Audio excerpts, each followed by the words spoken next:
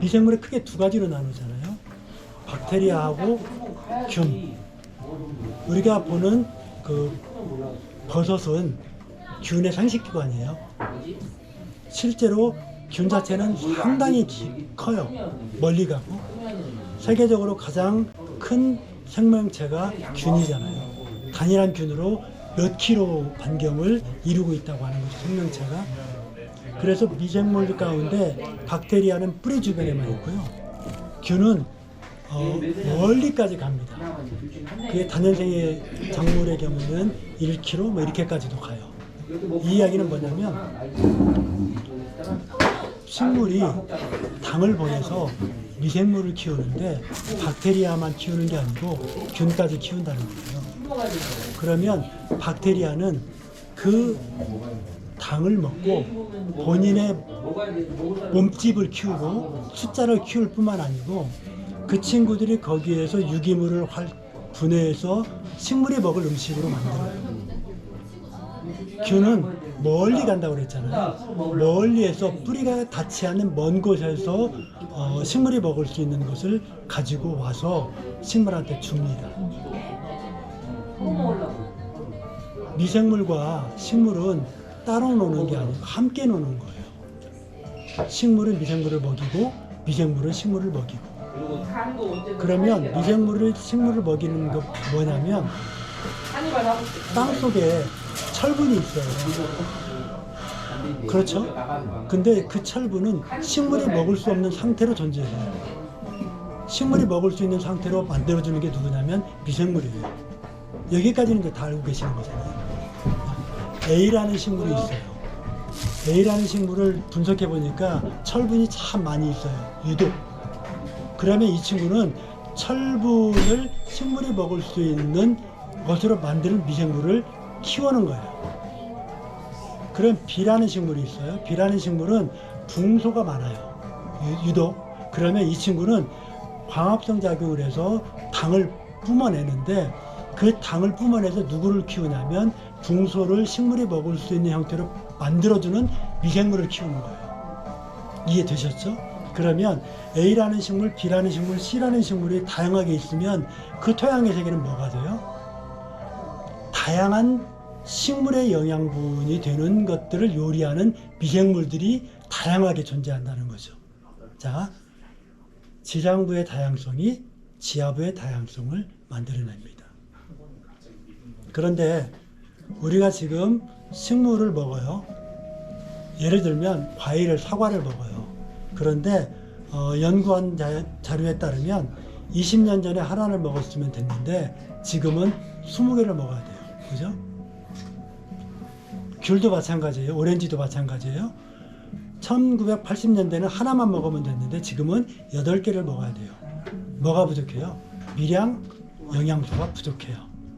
왜 미량 영양소가 부족해요? 그 미량 영양소가 식물이 먹으려고 하면 그 미량 영양소를 식물이 먹을 수 있는 형태로 만들어주는 요리하는 요리사, 미생물이 있어야 되는데 미생물이 없는 거예요. 그래서 영양분이 부족한 거죠. 왜 우리가 철분제를 먹어요? 옛날에는 식물에 철분이 충분히 있었는데 지금은 없어요. 왜 없어요? 미생물이 없으니까. 그래서 그 미생물, 토양 세계를 건강하게 만들어줘야 다양한 미생물이 자랄 수 있도록 해줘야 그래야 우리가 철분이 부족하지 않은 식물을 먹을 수 있는 거예요.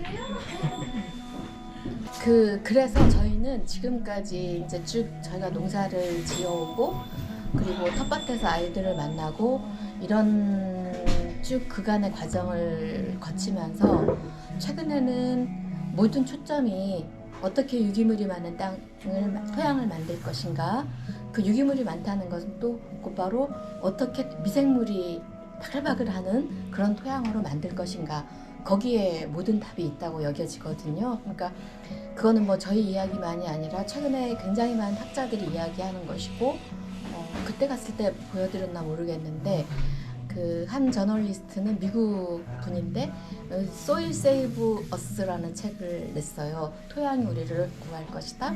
그리고 이제 토양학자들이나 이런 분들 얘기하는 거 보면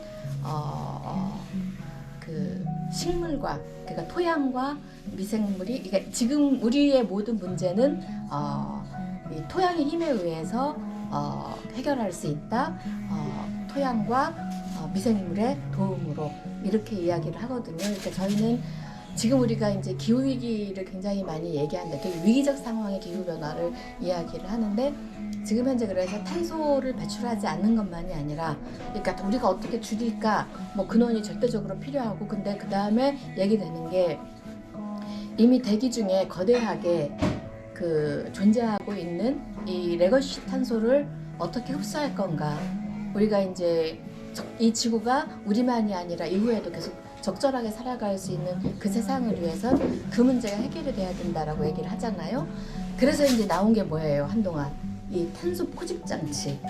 그래서 이제 거대하게 만들어서 대기권의 탄소를 어느 공장이 많이 배출한다. 그러면 그걸 담아오는 거죠. 그래서 이제 그게 뭐 콘크리트 뭐든 거대하게 지하 속에 집어넣자 막 이런 얘기까지 나왔었잖아요. 우리나라도 그런 장치에 대한 논의들이 이루어졌고 거기에 사람도 많이 쓰이고 그러잖아요. 근데 사실은 몇 년이 지나면서 그거는 불가능하다라고 판명이 났고 그리고 뭐 알쓸별자를 김상욱 교수 얘기하는 거 이거 만약에 폭발해버리면 어떡할 거냐 사실 그런 위험까지 있는 건데 사실은 이제 그 답은 저는 자연에 있다고 보는 거예요. 근데 탄소를 머금는 데는 어디죠? 토양과 저장하는 곳은 토양과 또 바다죠. 근데 이제 해양은 우리가 어찌할 수 없어요. 근데 우리는 끊임없이 인간은 먹는 걸 위해서 토양을 거느려요. 그래서 이 분야별 온실가스 배출의 분야별 온실 그 산업 분야별로 보면 농업으로 인한 배출량이 꽤 되죠. 2014년에는 24%, 작년 21년도에 나온 거는 많이 줄었던데 이거는 어느 범주를 거기에 포함시킬 거냐에 따라 달라져요. 그런데 지금 이제 굉장히 주목하는 게 이 기후위기 시대에 이 문제를 해결하기 위해서 우리가 가장 관심을 가져야 될 부분이 토양이고 또 인간이 토양을 갖고 끊임없이 하는 게 농업이기 때문에 이 농업 방식의 전환이 지금 무엇보다도 중요하다. 그래서 어쨌든 저는 아까 이제 뭐 그 흙 색깔과 이런 얘기들이 많이 나오는데 검은 흑색들은 뭐 화산재나 이런 결국 그것도 마찬가지인데 탄소를 많이 먹으면 흙이 검잖아요. 그러니까 우리 흙들이 그렇게 박해 보이고 막 그런 거는 그 안에 탄소가 없기 때문에 그런 거예요. 그런데 아까 얘기한 대로 우리는 대기 중의 탄소를 식물이 광합성을 통해서 이산화탄소를 식물이 머금으면 산소는 내보내죠. 우리가 다 아는 거. 그 다음에 탄소는 밑으로 내보내는 거잖아요. 어쨌든. 그런데 여기서 우리가 농업 방식을 생각하면 다 이제 무경험 말씀을 하시니까 땅속에 탄소가 저장이 되어 있어요. 그리고 땅속에 탄소가 저장이 되어 있다는 것은 수많은 미생물들이 있다는 것이기도 한데 탄소가 저장된 그 흙을 우리가 딱 경운이든 뭐든 뒤집었어요. 그럼 어떻게 될까요? 어떤 일이 일어나죠? 경운을 하면 그러니까 딱 경운을 해서 땅이 탄소를 먹으면 땅이 뒤집어졌어요. 그럼 어떤 일이 일어나죠? 탄소가 공기 중에 노출이 됐어요. 그럼 얘는 뭐가 되죠? 공기 중의 산소와 바로 만나서 이산화탄소가 되는 거예요.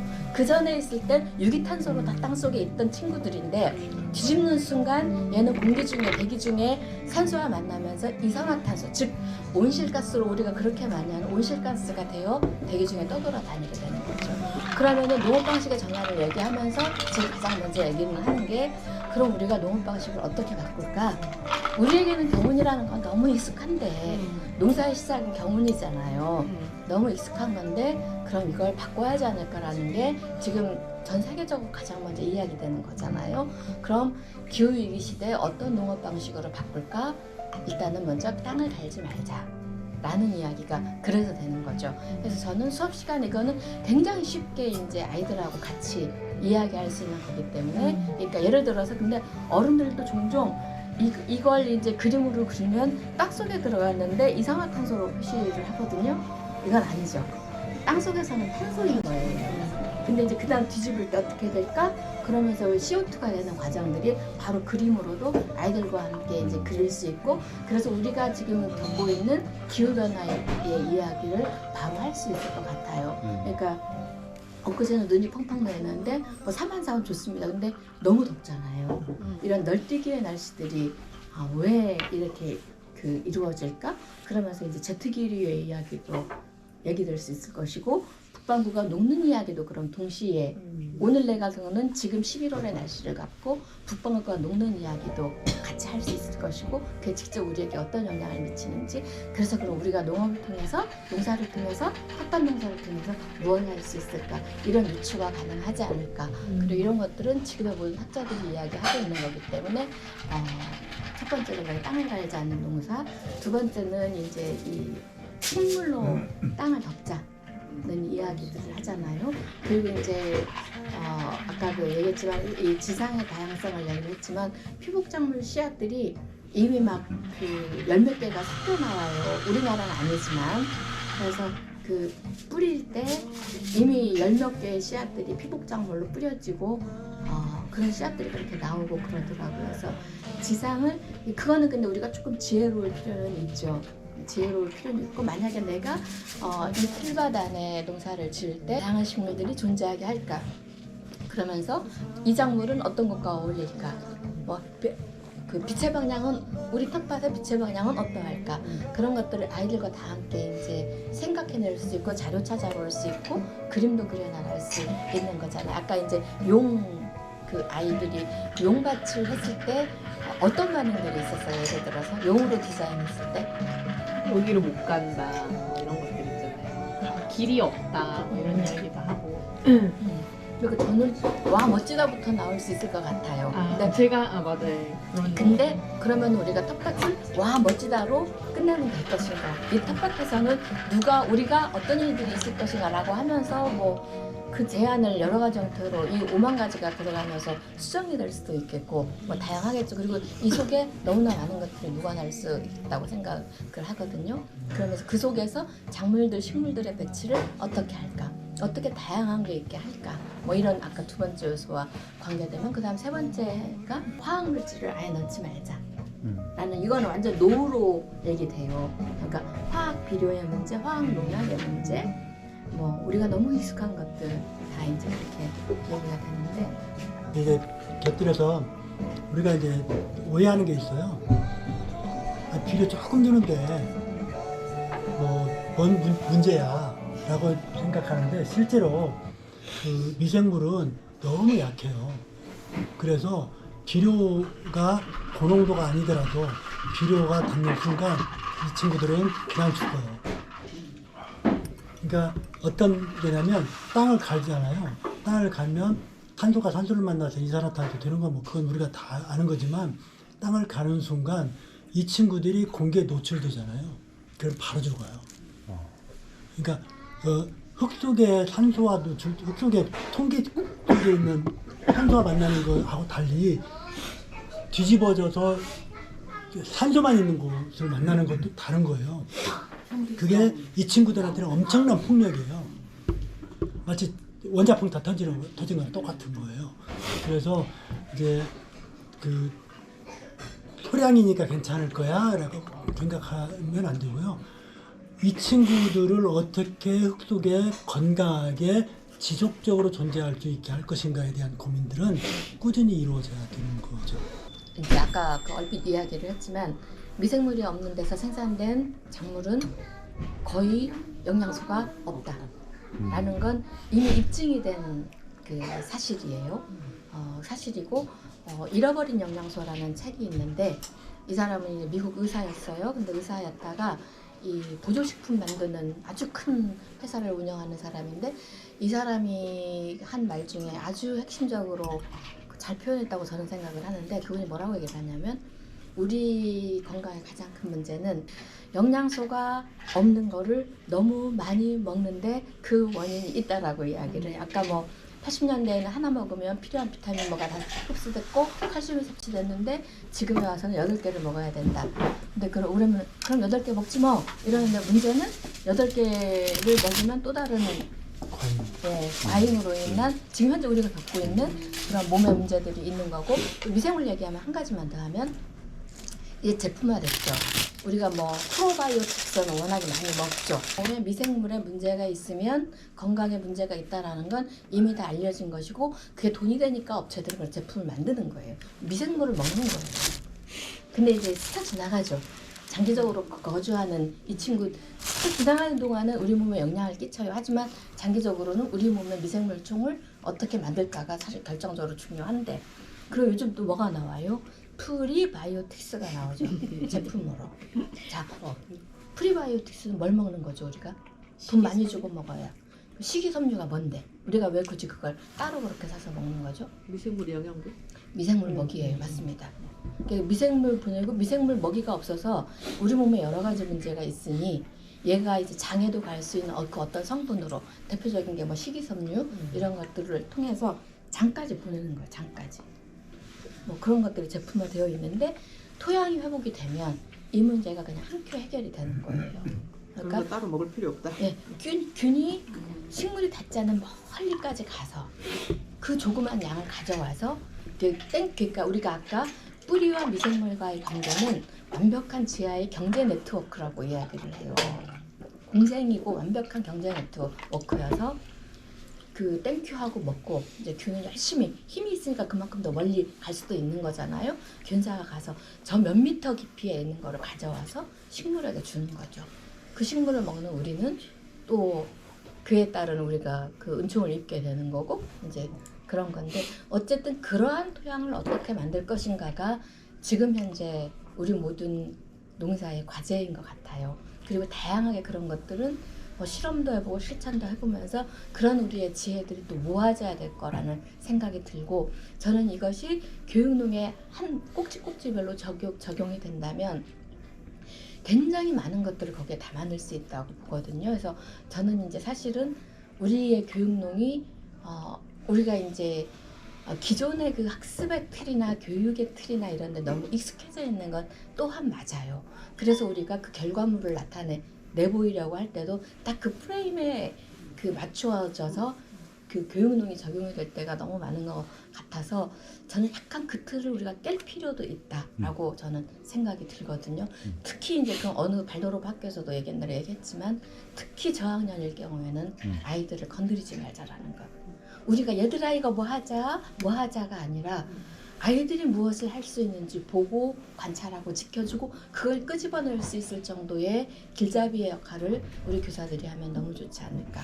근데 이제 거기에 지식이 필요한 것들은 완벽하게 습득을 해서 이런 특히 이런 기후 문제나 탄소의 문제나 이런 것들을 흥미롭게 적용해 나가는 것들은 또 필요할 거라고 생각이 되는데 그렇게 되면 이 교육농의 과정을 통해서 이 시대를 살아가는 우리가 어떻게 아이들과 함께 무엇을 해나갈 수 있을지를 굉장히 많이 저는 실험해 볼 수 있다고 생각을 하거든요. 이제 저희들이 이제 텃밭 수업을 저희는 이제 같이 들어가요. 같이 들어가는데 저는 이제 보조로 늘 들어가고요. 주로 이제 주방장인데 저희들하고 텃밭 수업을 하신 분들이 이구동성으로 똑같은 얘기를 하는 이야기를 저희들이 들었는데 뭐냐면 쌤들은 하지 말라는 얘기 한 번도 안 하시네요? 라는 얘기예요. 아이들이 무엇을 하든지 하지 마. 안 돼. 이런 얘기를 안 한다는 거예요. 우리가 그거 안 하나 저는 모르거든요, 사실. 근데 저희들의 생각은 뭐냐면 아이들이 하려고 하는 것을 막기보다는 그 이유를 스스로 알게 하고 혹은 그것을 통해서 어떤 결과가 나오는지를 알게 하고 이런 것들에 관심이 있거든요. 그래서 이제 저희들이 이제 그런 얘기를 안 하는 것 같아요. 근데 안타깝게도 저희들의 수업은 일주일에 2시간 뭐 이 정도예요. 근데 대부분의 아이들은 어떤 세계에서 사냐면 하지 마 라고 하는 세상에서 살고 있는 거죠. 그래서 교육농도 좀 단 2시간이다 하더라도 그런 아이들의 하려고 하는 것들을 막는 것보다는 그걸 통해서 새로운 길을 열게 하는 그런 그 시도들이 좀 필요하다 그런 생각이 좀 들어요. 지금 수업을 하고 계신 곳들이 어디가 있는지랑 뭐 이런 것 좀 말씀해 주세요. 저희는 학교 텃밭은 재작년을 마지막으로 완전히 정리했습니다. 정리를 아. 했어요. 학교 텃밭은 안 가고 지금 보듬 텃밭만 이제 가고 있는데요. 학교 텃밭 같은 경우도 그 주관하시는 선생님이 그 의지나 혹은 이 텃밭 수업의 의미를 두는 거에 따라 정말 너무 큰 저기를 가져올 수 있을 것 같아요. 그러니까 그 전에 순천 갔을 때 말씀드렸을 것 같은데 저희가 텃밭 나갈 때 중학교를 나갔거든요. 여자 중학교하고 남자 중학교를 갔는데 근데 이 재밌는 건 남자 중학교에는 남자라는 게 안 붙는데 여중에는 여자가 붙죠. 이런 거 하나하나가 저는 굉장히 우리가 염두에 둬야 될 현상들이라고 생각을 해요. 차별적인 거죠. 그죠? 근데 이제 어쨌든 그 45분 수업에 채취하고 요리하고 수학하고 요리하고 설거지까지 마치는 방식으로 갔거든요. 가능했어요. 45분인데 가능했고 그 안에서도 아이들의 놀라운 창의력이나 이런 것들은 막 나와요.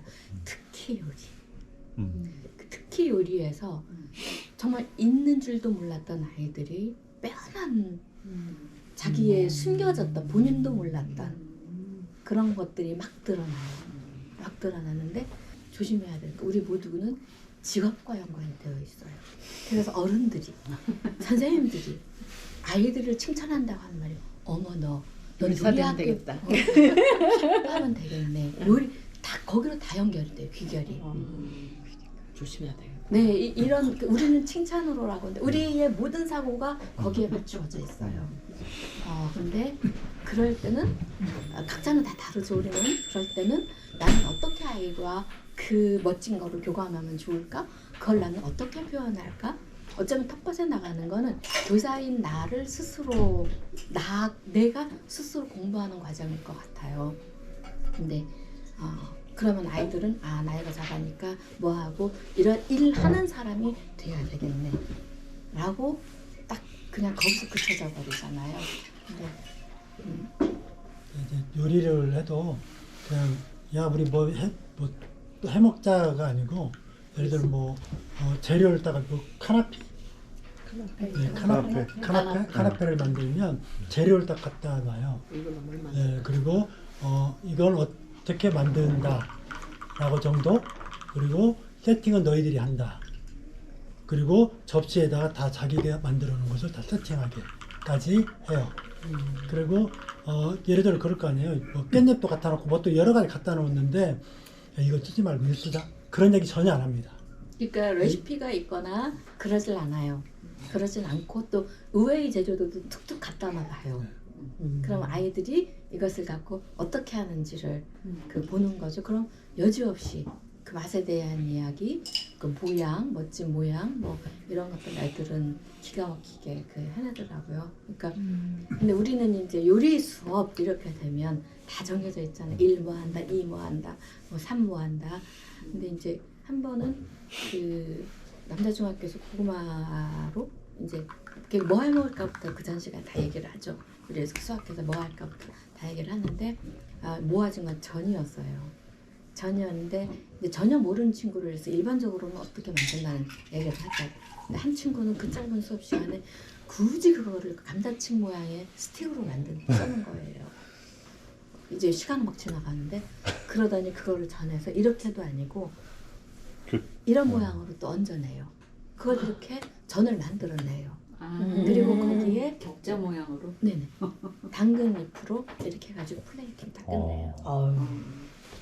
그건 뭐 저도 처음 봤어요. 그 친구가 만들어서. 근데 너무 근사하더라고요. 근데 아무튼 그렇게 하나하나 내가 너무 익숙해져 있는 이 비민주적인 나의 언어들과 모습들, 뭐 이런 것들부터, 그리고 차별적인 언어들, 이런 것들이 내 스스로 먼저 다 걸러지면서 가야 그 멋진 거 텃밭이라는 그 어마어마한 그 환경에서 정말 멋지게 아이들을 만날 수 있을 거라고 생각합니다. 그런 아이들과 1년을 만났는데요. 그 다음에 지나면 또 다른 학년이 올라오니까 1년을 만났는데 처음에 이제 설거지는 저하고 그 담당 선생님하고 설거지를 다 해요. 끝나면 근데 끝날 때쯤 되면요, 애들이 자기들 집에 가야 되는데 그 시간에 다 자기들이 정리하고 갑니다. 그러니까 한 친구는 그 수채구멍에 그 찌꺼기까지 있잖아요. 아, 다 치우더라고요. 그래서 이제 우리는 이제 애들 텔비로 가는 것들 이런 거는 이제 따로 했는데 이제 그것도 이제 선생님이 같이 협력하지 않으면 참 어렵죠. 그냥 비닐봉지에 담아버리면 그렇게 가야 되는 거죠. 질문하시면 네, 혹시 또 뭐 궁금하신 거나 시간이 많지는 않은데 한두 질문 정도.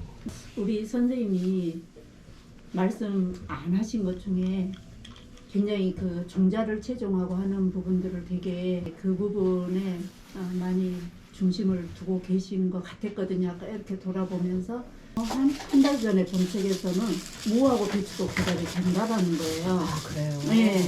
그래서 저는 이제 씨앗을 얻을 때 그런 부분이 너무나 되게 그런다고 뭐 땅이 엄청 많아서 여기 심고 저기 심고 그럴 수는 없잖아요. 맞아요. 네, 그래서 그런 부분을 어떻게 하고 어, 계신지. 그래서 저 같은 경우는 일단 그 땅이 많지 않을 때 최종을 어떻게 할 건가의 문제는 수원에서 어떤 어린이집 원장님을 만났는데 그분도 아주 조그만 텃밭인데 이분이 기가 막히게 채종을 하시더라고요. 씨앗도 너무 많이 갖고 있고.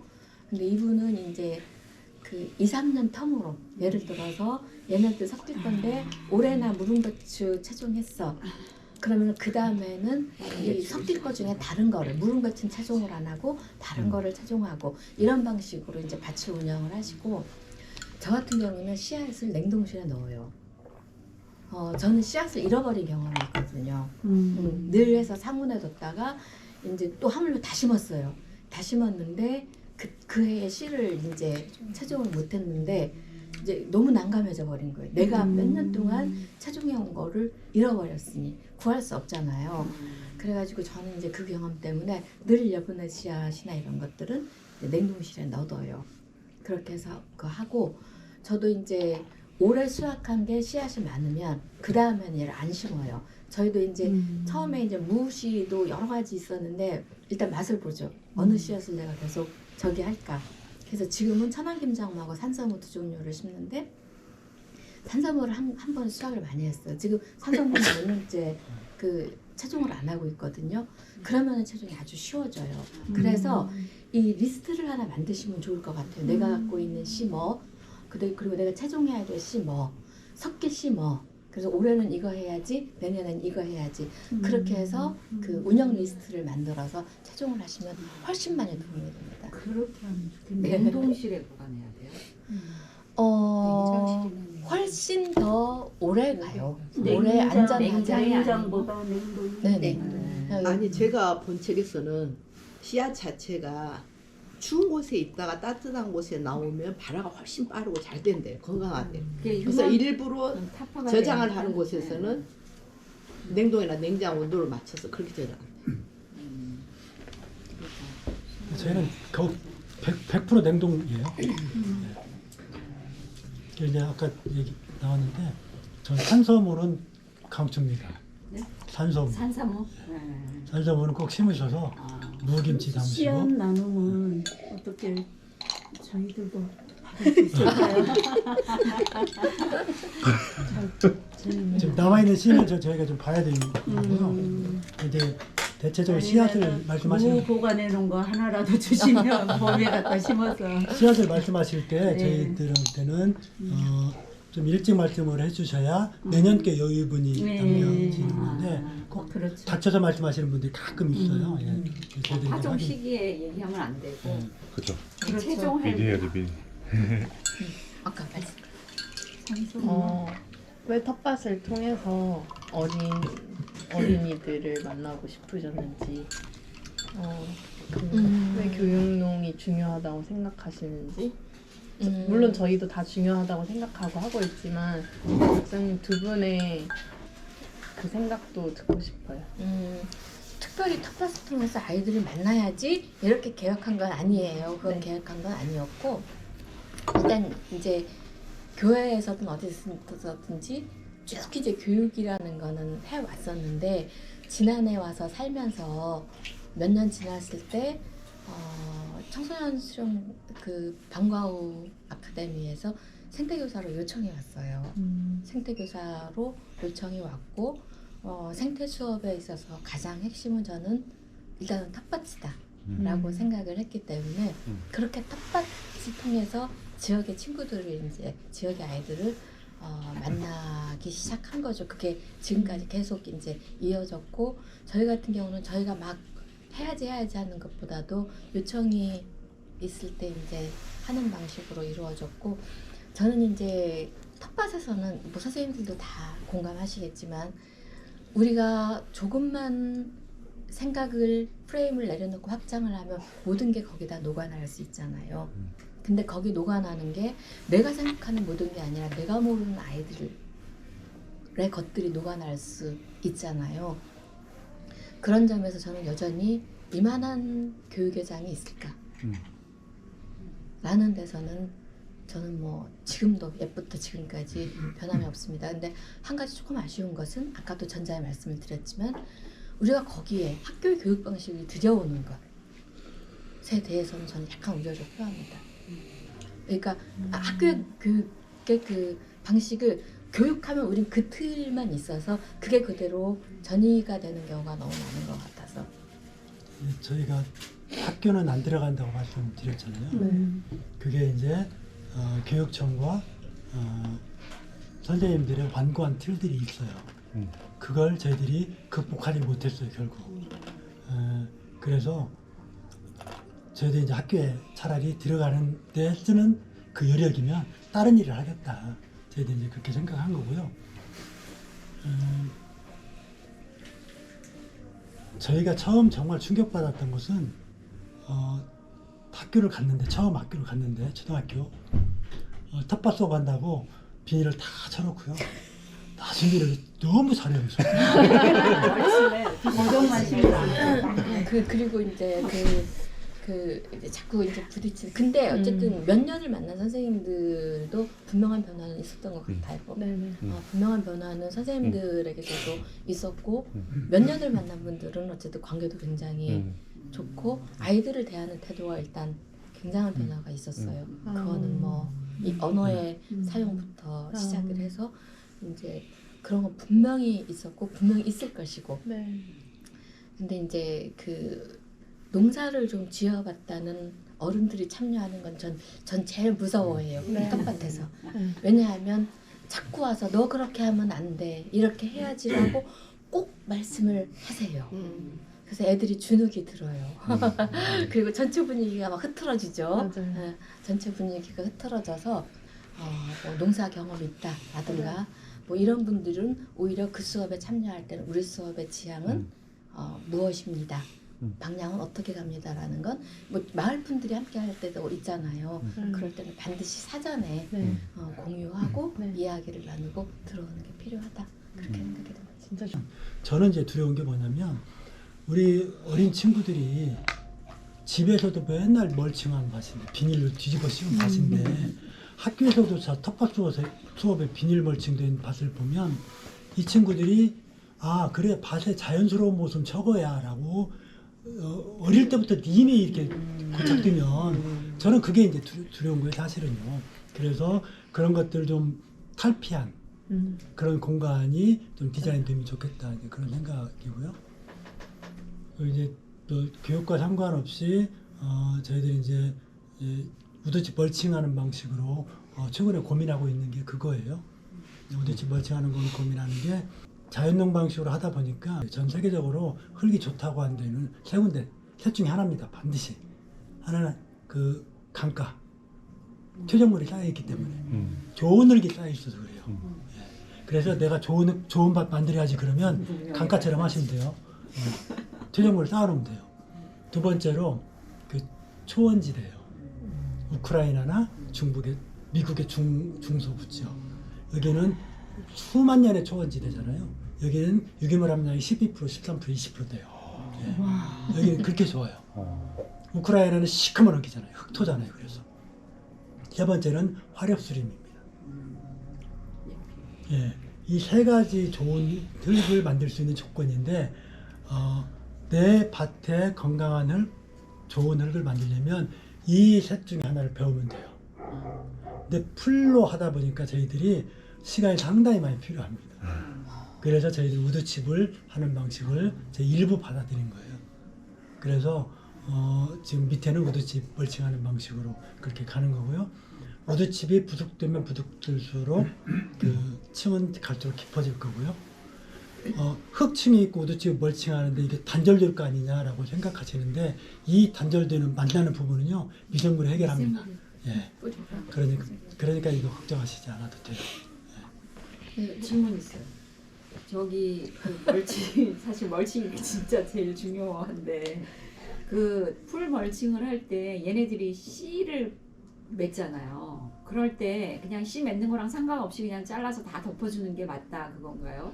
그러니까 저희는 그렇죠. 저희 경험으로는 네. 그러니까 그 씨앗이 맺히기 전에 베어서 덮는 게 제일 좋아요. 근데 지금 근데- 그 로제트 같은 거는 되게 어려서부터 씨가 맺잖아요. 그런 거는 그냥 두죠. 그리고 로제타형의 것들은 사실은 커도 이 대공이 굵게 크면서 네. 베어주면 네. 또 이 오래가는 그 유기물이 굉장히 많게 또 역할을 해요. 그렇기 때문에 작물에 치 있는 부분만 걔네들은 베어주면 되잖아요. 베어주면 되기 때문에 아니면 좋은데 저희 같은 경우 대부분 다 때를 넘겨요.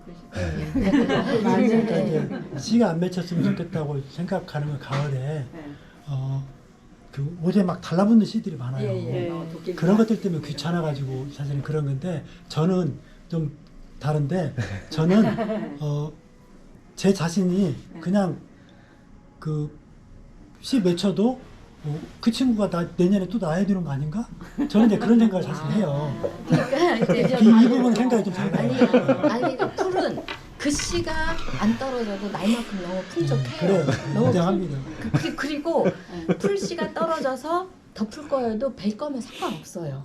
문제 안 돼요. 그쵸. 계속 배니까. 네, 문제 그 씨 때문에 뭐 내년에 풀이 엄청나거나 뭐 그런 건 네. 아니고 자연농밭은 사실은 똑같죠. 늘 풀밭이거든요. 네. 근데 오히려 그것보다는 1년생보다는 단연생 너무 억센 단연생들을 어떻게 할까요? 일정 정도 어떻게 억제해 줄 수 억제. 있을까? 아. 오히려 1년생 풀은 아무 문제가 안 돼요. 바레이 같은 경우는 여름에 너무 비가 많이 온다거나 이럴 적당하게 경우는 문제가 되지만 날씨만 아니면 바레이도 아무 하늘 문제 안 심했고 죽으니까. 네.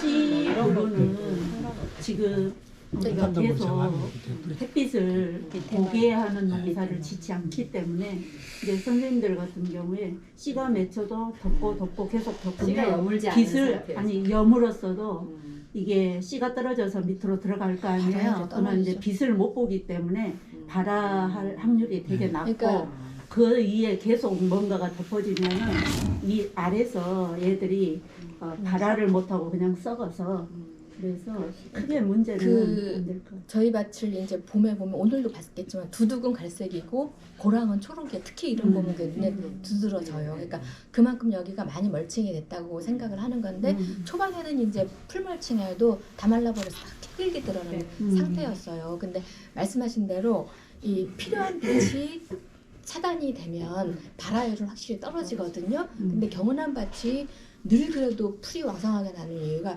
뒤집으면서 씨들이 발화될 조건을 계속 만드는 거예요. 그리고 들어간 씨앗은 썩지 않더라도 계속 멀칭이 되고 빛이 안 들어가기 때문에 발화율이 떨어지는 거예요. 뭐 그 조건이 되면 한 100년 뒤에, 만년 뒤에 발화할지도 몰라요. 생각보다 굉장히 생명력은 엄청나서. 주인장께서 소나무를 되게 많이 심으셨어요. 저희가 조금씩 이렇게 무슨 텃밭을 이용하는 밭에 소나무 잎이 되게 많이 떨어졌어요. 잎을 다 치워야 될까요? 어떻게 해야 될까요? 근데 저희가 요구할 때 섞어서 달라고 요구하는 건 아니고요. 네, 외국에서 그 우드칩과 관련된 연구를 한 사람들이 이미 오래전부터 연구를 해왔어요. 연구해온 사람들에 의하면 우드칩의 20%까지는 허용한다는 거예요. 20%를 넣자는 게 아니고요. 20%까지는 허용된다. 그 정도고요. 저기가 없는데 해가 어쨌든 침엽수림은 그 이게 이제 그 탄닌이나 이런 것들이 많아서 그 억제하는 물질이 나오는 그죠. 피톤치드가 많이 있으니까. 그런 게 있어서 침엽수는 어쨌든 비추예요. 그럼 좀 걷어내는 게 맞네요. 너무 많이 떨어져 있으면. 두둑이에요.